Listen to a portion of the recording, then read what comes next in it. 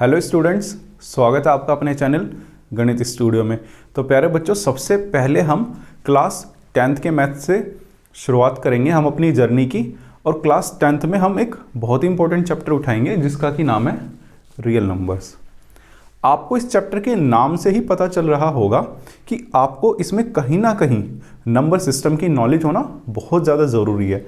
यानी कि आपको पता होना चाहिए कि नॉन नेगेटिव इंटीजर्स क्या होते हैं, पॉजिटिव इंटीजर्स क्या होते हैं, प्राइम क्या होते हैं, कॉम्पोजिट क्या होते हैं। तो आपको इनके बीच का डिफरेंस भी पता होना चाहिए। हो सकता है आप में से काफ़ी सारे बच्चों को ये सारी चीज़ें पता हो, लेकिन हमें इस चैप्टर को पढ़ने के लिए एक बार नंबर सिस्टम को रिवाइज करना बहुत ज़्यादा ज़रूरी है। आप देखोगे, आप पाओगे कि नंबर सिस्टम के बेस पर भी डायरेक्ट क्वेश्चन आ जाते हैं पेपर में। तो आइए शुरुआत करते हैं हम अपने नंबर सिस्टम को थोड़ा पढ़ने की। तो प्यारे बच्चों, सबसे पहले हम बात करते हैं नेचुरल नंबर्स की। देखो, नेचुरल नंबर्स कुछ भी नहीं होते, एक तरह के काउंटिंग नंबर्स होते हैं। अगर आप किसी एक छोटे बच्चे को कहोगे कि भाई काउंटिंग सुनाओ, तो वो आपको इस तरह से सुनाएगा 1 2 3 4 और आगे बढ़ता रहेगा। यानी कि जो काउंटिंग नंबर्स है ना मेरे, वही होते हैं नेचुरल नंबर्स। तो क्या होते हैं काउंटिंग नंबर्स? देखो 1 2 3 4 5 अप टू 7, और ये क्या पॉजिटिव इन्फिनिटी तक बढ़ते रहते हैं। ठीक है, अब देखो ये तो मैंने बात कर ली नेचुरल नंबर्स की। अब मैं बात करता हूँ होल नंबर्स की। होल नंबर्स क्या होते हैं? देखो, अगर मैं नेचुरल नंबर में जीरो को डाल दूंगा तो मेरे पास जो नंबर्स की कलेक्शन बनेगी ना, उसको मैं कहूँगा होल नंबर्स। ठीक है प्यारे बच्चों, अब बात करते हैं इंटीजर्स की। अब देखो, जो मेरे पास होल नंबर्स है ना 0 1 2 3 4 अप टू 7, ये भी क्या गए पॉजिटिव इन्फिनिटी तक चलते रहेंगे। एक काम करो, जो ये 1 2 3 4 अप टू 7 जितने भी है ना, इनकी आप एक काम करो, मिरर इमेज कह लो या फिर नेगेटिव पार्ट कह लो या फिर रिफ्लेक्शन कह लो। ठीक है, वो और अगर मैं इनके अंदर डाल दूं, यानी कि 0 1 2 3 4 अप टू 7 तो है ही है, अगर मैं इनका नेगेटिव पार्ट भी ऐड कर दूं, ठीक है, तो जो मेरे पास एक कलेक्शन आएगा ना, इसी को मैं कहूँगा इंटीजर्स।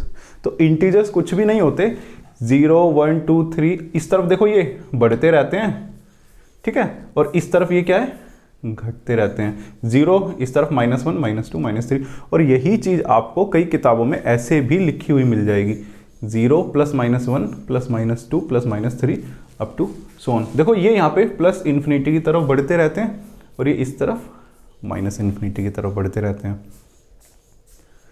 अब मैं बात करता हूं नेगेटिव इंटीजर्स की, यानी कि वो इंटीजर्स जो कि सिर्फ और सिर्फ नेगेटिव है। देखो नेगेटिव क्या है, ये जितने भी है, यानी कि -1 -2 -3, तो इसीलिए मैंने लिखा है -1 -2 -3 अप टू 7 माइनस इन्फिनिटी तक। यानी कि ये जो कलेक्शन होगी ना नंबर्स की, ये होगा नेगेटिव।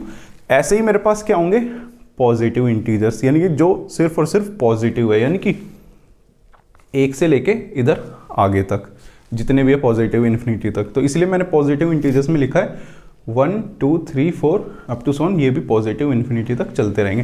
अब आप एक चीज़ देखो, 0 ना तो नेगेटिव इंटीजर्स में और ना ही मेरे पास पॉजिटिव इंटीजर्स में। तो 0 क्या है, 0 का रहस्य क्या है? तो हमेशा ध्यान रखना, 0 ना तो पॉजिटिव है और ना ही नेगेटिव है। ठीक है, यानी कि 0 के बारे में हमें कुछ पता नहीं है। ठीक है, लेकिन अगर मैं नॉन नेगेटिव इंटीजर्स की बात करूंगा ना, तो अब देखो इसकी डेफिनेशन से समझो। नॉन नेगेटिव यानी कि जो नेगेटिव नहीं है। देखो नेगेटिव क्या है, -1 -2 -3 अप टू 7, यानी कि जो नेगेटिव नहीं है, यानी कि इनको हटा के ना, इनको हटाने के बाद क्या बचा मेरे पास, ये पूरा का पूरा। ठीक है, यानी कि जो पॉजिटिव है और वो नंबर जिसके बारे में मुझे पता ही नहीं है। इसीलिए जो नॉन नेगेटिव इंटीजर्स का जो मेरे पास कलेक्शन होगा वो होगा 0 1 2 3 4 अप टू 7 पॉजिटिव इन्फिनिटी तक ये चलता रहेगा। ठीक है, ऐसे ही नॉन पॉजिटिव इंटीजर्स क्या होंगे मेरे पास, जो पॉजिटिव नहीं है। यानी कि पॉजिटिव क्या है, देखो 1 2 3 4 अप टू 7, या फिर आप ऐसे भी समझो जो पॉजिटिव इंटीजर्स है ना, उसको आप इंटीजर्स में से हटा दो और जो भी कलेक्शन बची वो हो गए मेरे पास नॉन पॉजिटिव इंटीजर्स। ठीक है, तो क्या हटा दिया मैंने, पॉजिटिव इंटीजर यानी कि 1 2 3 4 अप टू 7 हटा दिए, तो क्या बचा 0 -1 -2 -3, ठीक है, और ये -इन्फिनिटी तक चलता रहेगा। तो देखो इंटीजर्स के अंदर कितनी आपने कैटेगरी पढ़ी, negative integers, positive integers, non negative integers और नॉन पॉजिटिव इंटीजर्स, ठीक है। ये दोनों देखो बिल्कुल सेम है, इनका कलेक्शन, इनमें कोई डिफरेंस नहीं है। ऐसे ही जो ये होल नंबर्स है ना, इनको देखो, होल नंबर्स और नॉन नेगेटिव इंटीजर्स बिल्कुल सेम है, इनमें कोई ज़्यादा डिफरेंस है नहीं, बट डेफिनेशन अलग अलग है। इंटीजर्स के अंदर कैटेगरी है। तो प्यारे बच्चों देखो, जैसे हमने इंटीजर्स का क्लासिफिकेशन किया ना, अब ऐसे ही हमें इस चैप्टर के पॉइंट ऑफ व्यू से नेचुरल नंबर का क्लासिफिकेशन पढ़ना बहुत ज़्यादा ज़रूरी है। क्योंकि देखो नेचुरल नंबर 3 पार्ट में डिवाइड होते हैं, अगर मैं बेसिकली देखूं, एक तो होता है प्राइम, एक होता है कॉम्पोजिट और एक है 1। अब एक काम करते हैं, चैप्टर के पॉइंट ऑफ व्यू से नेचुरल नंबर का भी हम क्लासिफिकेशन पढ़ते हैं, प्राइम की बात करते हैं, कॉम्पोजिट की बात करते हैं और इनको अच्छी तरह से समझते हुए चलते हैं। तो बच्चों अब हम नेचुरल नंबर की क्लासिफिकेशन को पढ़ते हैं, यानी कि नेचुरल नंबर 3 पार्ट्स में मैं डिवाइड कर सकता हूं, ठीक है, किसमें, प्राइम में, कॉम्पोजिट में और एक 1 में, ठीक है। तो देखो प्राइम कॉम्पोजिट पढ़ने से पहले आप फैक्टर्स का मतलब समझो कि फैक्टर्स होते क्या है, ठीक है। मान लो मैंने एक नंबर लिखा 6, ठीक है। अब 6 को जो भी कंप्लीटली डिवाइड करेगा, यानी कि वो नंबर जो 6 को कंप्लीटली डिवाइड करेंगे, उनके बारे में बात करते हैं, वो क्या होंगे, 1। देखो 1 तो सबको डिवाइड करेगा ही करेगा, 2 भी 6 को डिवाइड करेगा, 3 भी 6 को डिवाइड करेगा और 6 खुद को तो डिवाइड करेगा ही करेगा। तो ये जो कलेक्शन आएगी ना इन नंबर्स की, इनको मैं कहूंगा फैक्टर्स।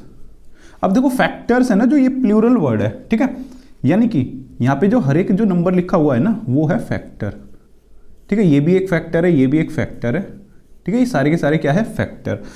अब आप एक चीज देखो, यहाँ पर जो भी नंबर है ना वो 6 को कंप्लीटली डिवाइड कर रहा है, यानी कि फैक्टर वो नंबर्स होंगे जो 6 को पूरी तरह से डिवाइड करेंगे, यानी कि 6 को डिवाइड करने वाले जितने भी नंबर या फिर जो भी नंबर होगा ना वो होगा फैक्टर। ऐसे मैं 8 की बात करता हूँ, ठीक है। 8 के कौन कौन से फैक्टर हो सकते हैं, देखो 1 तो 8 को डिवाइड करेगा ही करेगा, 2 भी करेगा, 4 भी करेगा और 8 खुद को डिवाइड करेगा ही करेगा, ठीक है।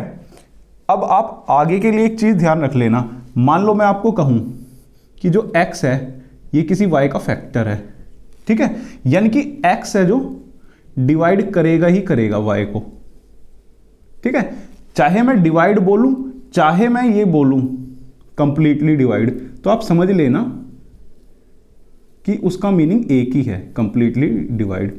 यानी कि जब भी मैं फैक्टर की बात करूंगा तो कंप्लीटली डिवाइड होगा ही होगा, चाहे मैं सिर्फ डिवाइड बोलूं आपको, ठीक है। तो फैक्टर्स तो आपको पता ही चल गए होंगे क्या होते हैं। अब देखो इसी फैक्टर का यूज करते हुए हम प्राइम नंबर्स और कॉम्पोजिट नंबर्स को अच्छी तरह से एक्सप्लेन करते हुए आगे बढ़ते हैं। देखो प्राइम नंबर की जो डेफिनेशन होती है ना वो ये होती है कि प्राइम नंबर जो होते हैं वो होते हैं जिनके हैव 2 फैक्टर्स, यानी कि प्राइम नंबर्स के सिर्फ 2 ही फैक्टर्स होते हैं। क्या होते हैं, एक तो 1 होता है और एक वो नंबर खुद होता है, यानी कि वो नंबर जो या तो सिर्फ 1 से डिवाइड होगा या फिर खुद से डिवाइड होगा वही होगा प्राइम नंबर। अब देखो मैं इस चीज को आपको एग्जांपल के थ्रू समझाता हूं। मान लो 17 है, ठीक है। 17 देखो किस किस से डिवाइड हो सकता है, या तो 1 से डिवाइड होगा या फिर 17 खुद से डिवाइड होगा। तो इसके कितने फैक्टर हो गए, 2, और फैक्टर कौन से है, या तो 1 है या तो खुद है वो नंबर। ऐसी अगर मैं बात करूं, मान लो 15 की बात करता हूं, देखो कोई भी नंबर 1 से और खुद से तो डिवाइड होगा ही होगा, उसके अलावा देखो अगर वो किसी और से डिवाइड होता है तो वो प्राइम नहीं होगा, वो क्या होगा, कॉम्पोजिट, ठीक है। तो प्राइम के लिए क्या कंडीशन होगी कि वो नंबर सिर्फ 2 ही नंबर से डिवाइड होना चाहिए। अब देखो 15 की मैं बात करूं, ये 3 से भी डिवाइड होगा और 5 से भी डिवाइड होगा, तो 15 प्राइम नंबर होगा, नहीं, प्राइम नंबर बिल्कुल नहीं होगा। तो अब देखो मैं नेचुरल नंबर को डिफाइन कर रहा हूं ना 3 पार्ट्स में, तो अब एक काम करते हैं, हम प्राइम नंबर के सेट की बात करते हैं कि प्राइम नंबर का सेट क्या बनेगा। 1 की मैं बात करता हूँ, 1 है, ये किससे डिवाइड होगा? सिर्फ खुद से, यानी कि इसके कितने फैक्टर होंगे? 1। अभी 1 की हम बात नहीं करते, बाद में बात करेंगे। अब मैं बात करता हूँ 2 की।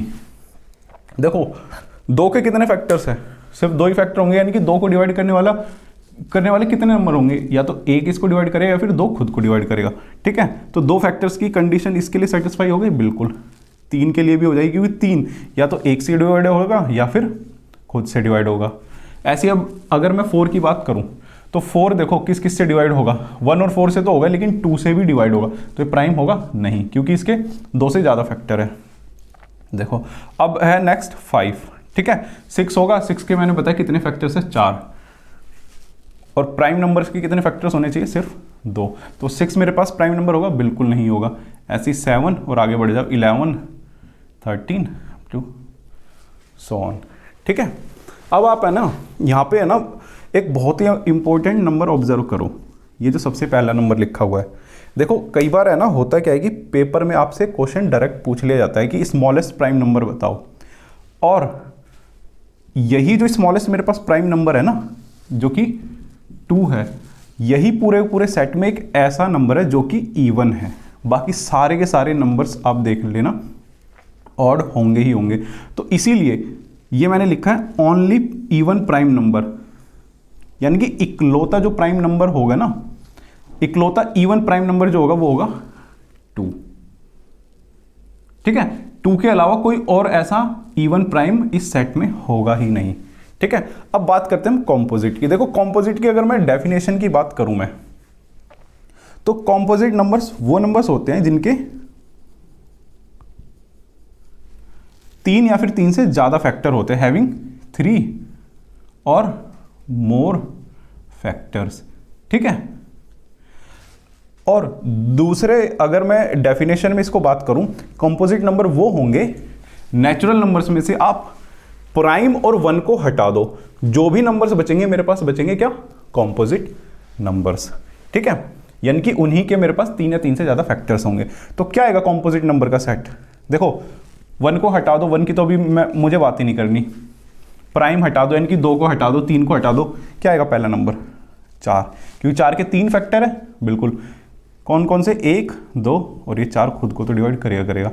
ठीक है, अब देखो नेक्स्ट क्या आएगा? कॉम्पोजिट नंबर 4 हो गया, 5 तो प्राइम में ऑलरेडी कवर हो चुका है, 6 आएगा, क्योंकि 6 के मैंने बताया ना नंबर ऑफ फैक्टर 4 होंगे। 7 यहाँ प्राइम में कवर हो चुका है। नेक्स्ट आएगा 8, 9, 10 और ये चलता रहेगा। ठीक है, अब देखो यहां पर भी आपके पास 2-3 बहुत ही बढ़िया बढ़िया क्वेश्चन बन सकते हैं पेपर के पॉइंट ऑफ व्यू से। क्या बन सकते हैं? स्मॉलेस्ट कॉम्पोजिट नंबर आपसे डायरेक्ट पूछा जा सकता है, स्मॉलेस्ट कॉम्पोजिट नंबर कौन सा होगा? क्या होगा? 4। और यही चीज आपको दूसरे तरीके से भी पूछी जा सकती है कि स्मॉलेस्ट इवन कॉम्पोजिट नंबर कौन सा होगा? वो भी होगा 4, क्योंकि देखो सबसे छोटा यही है ना, और सबसे छोटा इवन भी यही है, तो इसलिए होगा 4। स्मॉलेस्ट ऑड कॉम्पोजिट नंबर क्या होगा? यानी कि सबसे छोटा ऑड कॉम्पोजिट नंबर आपको क्या नजर आ रहा है इसमें? देखो 9 है ना, तो ये होगा 9। ठीक है, अब देखो मैंने प्राइम की बात कर ली, मैंने बात कर ली कॉम्पोजिट की। ठीक है, 1 देखो ना तो प्राइम में आया ना ही कॉम्पोजिट में आया, तो 1 है क्या मेरे पास? तो हमेशा प्यारे बच्चों ध्यान रख लेना, जो 1 है ना वो ना तो प्राइम है, ना इधर प्राइम नॉर कॉम्पोजिट, ना तो ये प्राइम है और ना ही कॉम्पोजिट है, इसीलिए 1 को अलग दिखाया जाता है, ना तो वो इसमें आएगा ना तो इसमें। लेकिन इन तीनों की कलेक्शन को अगर मैं मिला दूं, यानी कि प्राइम को, कॉम्पोजिट को और 1 को, तो जो मेरे पास आएगा ना कलेक्शन, उसको मैं कहूंगा नेचुरल नंबर। इसीलिए मैंने आपको बताया नेचुरल नंबर 3 पार्ट में डिवाइड होता है, प्राइम, कॉम्पोजिट और 1 में।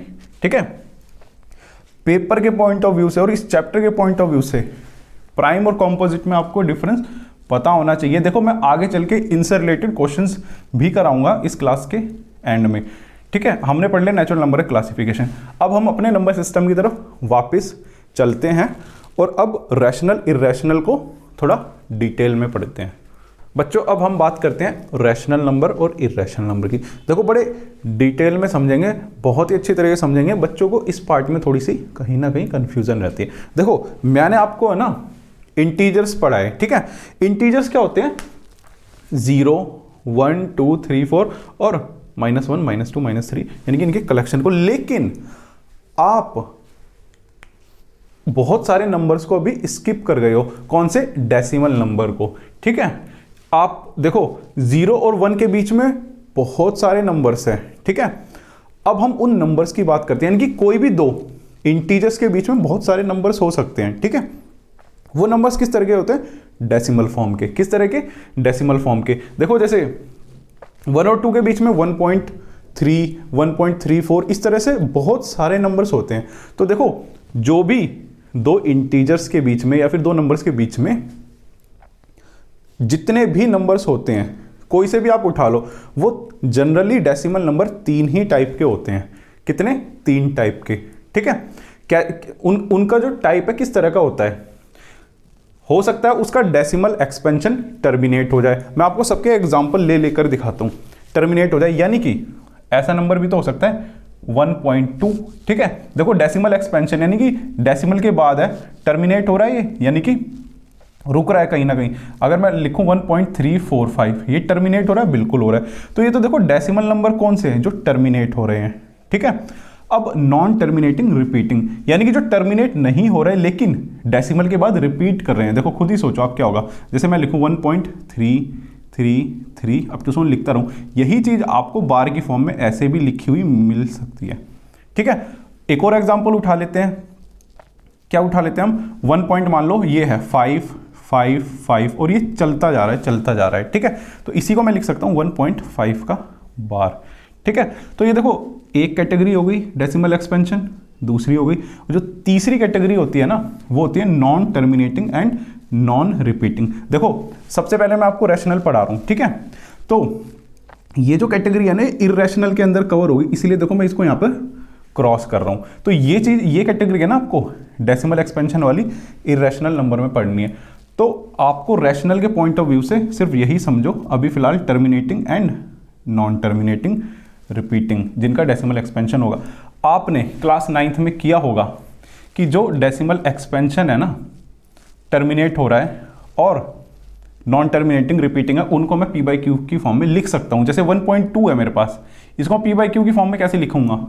डेसिमल के बाद जितने नंबर्स है उतनी मैं 0 लगा दूंगा, क्रॉस कर दूंगा, ठीक है। ये आ गया p/q की फॉर्म में, ठीक है। ऐसे ही मैं 1.3 बार को मैं सॉल्व करूंगा तो क्या आएगा? 1 + 3 बार को मैं लिख सकता हूं 3/9, यानी कि 1 + 1/3, तो यह जाएगा 4/3, ठीक है।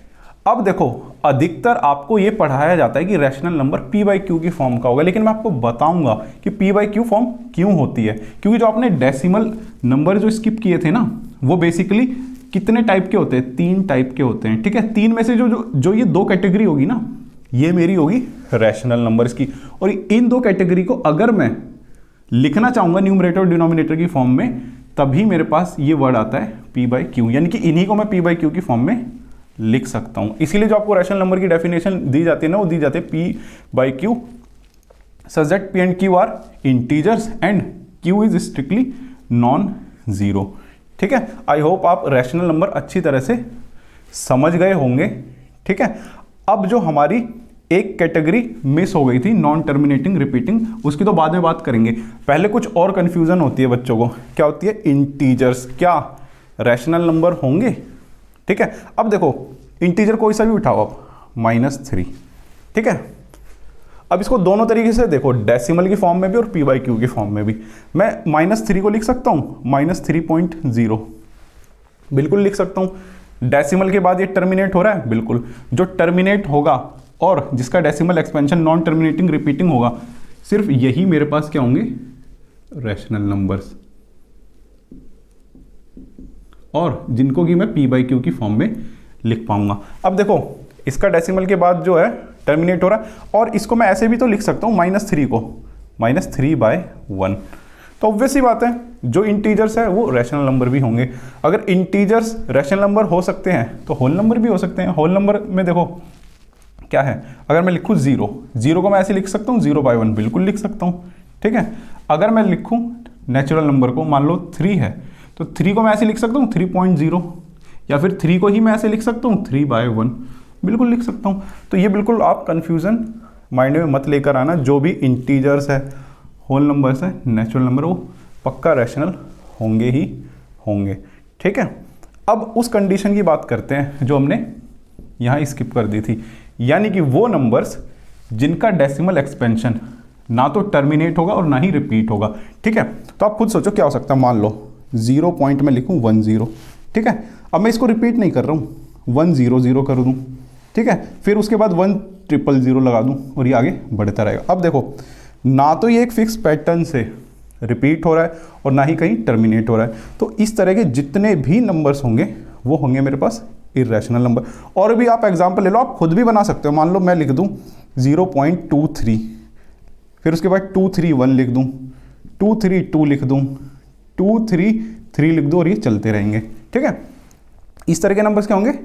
Irrational numbers. अब देखो आगे बढ़ने से पहले एक चीज़ मैं बता देता हूँ, पाई एक बहुत ही फेमस मेरे पास इर्रेशनल नंबर है, लेकिन बच्चों को एक डाउट उठता है कि इसकी वैल्यू मैं 22/7 और 3.14 ऐसे यूज़ करता हूँ। तो बच्चों ये है ना, एक अप्रॉक्सीमेट वैल्यू होती है पाई की, ठीक है, जो कि आपको आपकी कैलकुलेशन को ईजी करने के लिए दी जाती है। पाई एक इरेशनल नंबर है, फिलहाल अभी यही ध्यान रख लेना। अब बच्चों हमें क्या है कि यहां पर है ना फोकस कुछ पर्टिकुलर टाइप के नंबर्स पर रखना है, इरेशनल नंबर पर, यानी कि पर्टिकुलर इरेशनल नंबर पर रखना है। देखो परफेक्ट स्क्वायर क्या होते हैं? वो नंबर्स जो किसी ना किसी का स्क्वायर है, ठीक है। ये देखो 1 किसका स्क्वायर है? 1 का स्क्वायर। 4 किसका स्क्वायर है? 2 का स्क्वायर। 9 किसका स्क्वायर है? 3 का स्क्वायर। तो ये मेरे पास जो होंगे ना नंबर जो लिखे हुए, ये है परफेक्ट स्क्वायर, ठीक है। और इम्परफेक्ट स्क्वायर क्या होंगे? जो किसी नंबर का स्क्वायर नहीं होंगे। जैसे 2 है, 2 किसी नंबर का स्क्वायर है? नहीं। 3 किसी का है? नहीं। 5 है? नहीं, ठीक है। अब आप एक काम करो, इनमें रूट प्लेस कर दो, ठीक है। जो भी ये नंबर आएंगे ना, ये सारे के सारे भी क्या होंगे? Irrational number. तभी आपको आगे चैप्टर में ये पढ़ाया जाएगा, प्रूव करो √2 is an irrational number, √3 is an irrational number, √5 is an irrational number. अब आप सोच रहे होंगे कि जो इरेशनल नंबर की डेफिनेशन दी है वो क्या दी है? जिनका की डेसिमल एक्सपेंशन ना तो टर्मिनेट हो रहा है ना ही रिपीट। लेकिन ये तो अलग ही टाइप के आ गए। प्यारे बच्चों मैं आपको बताना चाहूंगा, अगर आप √2 को सॉल्व करोगे ना, तो जो इसकी वैल्यू आएगी 1.41 समथिंग ऐसी आएगी, जो ना तो टर्मिनेट होगी और ना ही रिपीट होगी, ठीक है। ऐसी 3 की आप अगर √3 को आप सॉल्व करोगे तो 1.732 अप टू सो ऑन ये चलती रहेगी, ना तो एक पैटर्न से रिपीट होगी और ना ही कहीं टर्मिनेट होगी। एक चीज और, इरेशनल नंबर को आप ऐसे भी देखो ध्यान रख सकते हो। रैशनल नंबर क्या है? सारे के सारे p/q की फॉर्म में एक्सप्रेस होंगे ना। और देखो रैशनल में एक वर्ड छुपा है, रेशियो, यानी कि जो भी नंबर न्यूमरेटर बटा डिनोमिनेटर की फॉर्म में लिखा होगा वो क्या होगा? रैशनल। और इरेशनल नंबर को तो मैं p/q की फॉर्म में लिख ही नहीं सकता, आप ऐसे भी ध्यान रखो। और that can not be expressed in the form p/q, ठीक है। अब देखो रैशनल हो गया, इरेशनल हो गया, ठीक है। अब जो मेरे पास रैशनल और इरेशनल से मिलकर एक नया नंबर सिस्टम बनेगा, जिसको मैं कहूंगा रियल नंबर्स। क्या कहूंगा? रियल नंबर्स, ठीक है। देखो जो भी हमने अभी तक पढ़ा है ना, एक बार उसको है ना चार्ट की फॉर्म में लिख लेते हैं ताकि आपको कोई कंफ्यूजन ना हो। तो मेरे हिसाब से अभी फिलहाल रैशनल और इरेशनल में इतना ही था बताने के लिए। अब चार्ट की फॉर्म में थोड़ा सा जो भी हमने पढ़ा है उसको रिवाइज कर लेते हैं। देखो मैंने बात की सबसे पहले नेचुरल नंबर्स की, यानी कि काउंटिंग नंबर 1 2 3 4 अप टू सॉन पॉजिटिव इन्फिनिटी तक जो जा रहे हैं, ठीक है। इसी में मैंने 0 डाल दिया तो मेरे पास नया कलेक्शन आया, जिसको मैंने कहा होल नंबर्स। मैंने क्या किया? होल नंबर्स में ही 1 2 3 4 अप टू सॉन जितने भी हैं इनका नेगेटिव पार्ट भी ऐड कर दिया, तो जो मेरे पास कलेक्शन है वो हो गया इंटीजर्स, ठीक है। मैंने आपको बताया रियल लाइन पर कि इंटीजर्स के बीच में भी बहुत सारे डेसिमल नंबर होते हैं। जो डेसिमल नंबर जिनका डेसिमल एक्सपेंशन या तो टर्मिनेटिंग है या फिर नॉन टर्मिनेटिंग बट रिपीटिंग है, वो सारे के सारे किस कैटेगरी में आएंगे, रैशनल पे। और इरेशनल में वो सारे के सारे आ गए जिनका decimal expansion non terminating and non repeating है। ठीक है, अब देखो रैशनल नंबर की जो पी बाई क्यू की फॉर्म है ये स्टैंडर्ड चलेगी पूरे पूरे चैप्टर में, यानी कि हर जगह आपको यही फॉर्म ध्यान रखनी है, पी बाई क्यू, यानी कि जो भी नंबर पी बाई क्यू की फॉर्म में लिखे जाएंगे, पी एंड क्यू क्या होंगे, इंटीजर्स, और क्यू क्या होगा, नॉन जीरो। अब देखो इसके भी कुछ एग्जाम्पल देख लेते हैं, जैसे कि -3/7 है। अगर आप इसको सॉल्व करोगे तो वापस आपको इसका डेसिमल एक्सपेंशन कैसे मिलेगा, या तो टर्मिनेटिंग या फिर नॉन टर्मिनेटिंग रिपीटिंग। जैसे मैं बात करूँ 2/5, बिल्कुल ये सारे के सारे क्या होंगे, रैशनल नंबर्स। ठीक है, इरेशनल नंबर्स क्या, जिनका डेसिमल एक्सपेंशन ना तो टर्मिनेट होगा ना ही रिपीट। देखो मैंने बहुत सारे आपके लिए एग्जाम्पल लिख दिए हैं और आपको फोकस आगे के लिए इन पर रखना है। √2 के अंदर ये जो होगा ना, ये इम्परफेक्ट स्क्वायर होंगे, इम्परफेक्ट स्क्वायर, यानी कि अगर परफेक्ट होंगे तो आप खुद ही देखो ना, मैंने ये क्यों नहीं लिया √4, क्योंकि ये देखो मैं इसको ऐसे लिख सकता हूँ ना, 2 की पावर 2 लिख सकता हूँ और इसके बाहर है 1/2। ठीक है, इससे ये कैंसिल आउट हो जाएगा तो क्या बचेगा, 2 की पावर 1 यानी कि 2 मेरे पास क्या है 2/1, एक रैशनल नंबर आ जाएगा ना। ठीक है, इसीलिए मैंने रूट के अंदर परफेक्ट स्क्वायर नहीं लिया। ठीक है, तो ये देखो हो गए इरेशनल नंबर। अब मैंने आपको बताया था कि रैशनल नंबर और इरेशनल नंबर की अगर मैं कलेक्शन को क्लब कर दूं, यानी कि इन दोनों को अगर मैं जोड़ दूं तो मेरे पास क्या आएगा, एक नया नंबर सिस्टम, जिसको मैं कहूंगा रियल नंबर। आप ऐसे भी ध्यान रखो, रियल नंबर को 2 पार्ट में डिवाइड किया जा सकता है, जो कि है एक रैशनल और एक है इरेशनल। ठीक है, इरेशनल की ये ब्रांच हो गई और रैशनल के अंदर ये सारे के सारे नंबर सिस्टम कवर हो गए। तो देखो आपका चैप्टर का नाम है ये रियल नंबर। अगर आपको ये सारी की सारी कहानी नहीं पता तो आपको कहीं ना कहीं चैप्टर में दिक्कत आ सकती है। इसीलिए मेरा फोकस था आपको एक बार नंबर सिस्टम को रिवाइज कराना अच्छे से। ठीक है, चैप्टर का नाम तो देखो ये है। गलती यही करते हैं बच्चे, यहां से आगे बढ़ने के लिए निकल जाते हैं, प्रूव करने के लिए निकल जाते हैं √2 is irrational, √3 is irrational number, लेकिन ये सारी चीजें आपको पता होनी चाहिए। ठीक है, तो नंबर सिस्टम में अभी फिलहाल इतना ही था। अब हम क्या करते हैं, क्लास को फिनिश करने से पहले कुछ ऐसे क्वेश्चंस करते हैं जो पेपर में डायरेक्ट नंबर सिस्टम के बेसिस पर आए हुए हैं। तो आइए बढ़ते हैं क्वेश्चंस की तरफ। तो बच्चों देखो ये क्वेश्चन लिखने का मेरा एक ही पॉइंट ऑफ व्यू है कि आपको दिखाना कि देखो नंबर सिस्टम से भी किस तरह से डायरेक्ट क्वेश्चन आ जाते हैं। देखो क्वेश्चन नंबर 1 की बात करते हैं। ये बिल्कुल लेटेस्ट CBSE 2020 में आया हुआ क्वेश्चन है। क्या बोलता है, the total number of factors of a prime number. मैंने आपको बताया कि प्राइम नंबर के कितने 2 ही फैक्टर हो सकते हैं। ठीक है, तो आपसे पूछ भी रहा है कि प्राइम नंबर के कितने फैक्टर हो सकते हैं। देखो एक तो वैसे ही नहीं होगा, ठीक है, 0 भी नहीं होगा। मैंने क्या बताया आपको, ये सारे ऑप्शन तो डिस्कार्ड हो गए। क्या होगा आंसर इसका, C। तो देखो ये तो डायरेक्ट क्वेश्चन ही आ गया ना। अगर गलती से आपने वो नहीं पढ़ा जो भी मैंने अभी आपको पढ़ा है प्राइम कॉम्पोजिट, तो देखो कहीं ना कहीं आपको इस क्वेश्चन को करने में प्रॉब्लम होती ही होती। ठीक है, तो ये हो गया क्वेश्चन नंबर 1, देखो डायरेक्ट था। ठीक है, अब क्वेश्चन नंबर 2 की बात करते हैं। क्या कहता है ये, व्हाट इज द HCF। ठीक है, हाईएस्ट कॉमन फैक्टर किस किस का, the smallest composite number and the smallest prime number. पहले तो देखो स्मॉलेस्ट कॉम्पोजिट नंबर क्या होगा, मैंने आपको बताया क्या होगा 4। ठीक है, और स्मॉलेस्ट प्राइम नंबर क्या होगा 2। ठीक है, अब इनका वो बोलता है हाईएस्ट कॉमन फैक्टर। अब देखो 4 के क्या क्या फैक्टर्स हो सकते हैं, यानी कि 4 को डिवाइड करने वाले कौन कौन से नंबर हो सकते हैं। डिवाइड का मतलब कंप्लीटली डिवाइड। ठीक है, अगर मैं फैक्टर्स की बात कर रहा हूं, मैंने आपको बताया अगर मैं सिर्फ ये बोलूं ना कि डिवाइड, तो आप समझ जाना कि मैं कंप्लीटली डिवाइड की ही बात कर रहा हूं। तो 1, 2 एंड 4। ठीक है, 2 को कौन कौन से नंबर्स है जो डिवाइड कर सकते हैं, यानी कि कंप्लीटली डिवाइड 1 और 2। ठीक है, तो देखो ये तो हो गए इनके फैक्टर्स, ये हो गए 4 के फैक्टर्स ऑफ 4, और ऐसे ये हो गए फैक्टर्स ऑफ 2। अब देखो इनमें से उठाओ कॉमन फैक्टर क्या होंगे, यानी कि जो इसमें भी है इसमें भी है, क्या होंगे 1 और 2। आपको निकालना है HCF, यानी कि हाईएस्ट निकालना है ना, तो इसमें से हाईएस्ट देखो क्या है 2, तो आंसर क्या आ जाएगा 2। ठीक है, तो क्या HCF आ गया जो उन्होंने पूछा है, इन्होंने पूछा एक तरीके से 4 and 2 का HCF, वो क्या आ गया 2।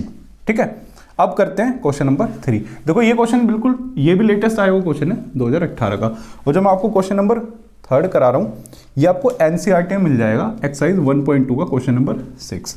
ठीक है, क्या कहता है आपको, एक्सप्लेन वाई ये एक जो नंबर है और ये जो नंबर है आर कॉम्पोजिट नंबर्स। तो हम एक एक करके बात करते हैं, पहले इस नंबर की बात करते हैं कि ये हमें कॉम्पोजिट नंबर बताना है, एक्सप्लेन करना है कि भाई ये क्यों कॉम्पोजिट नंबर है।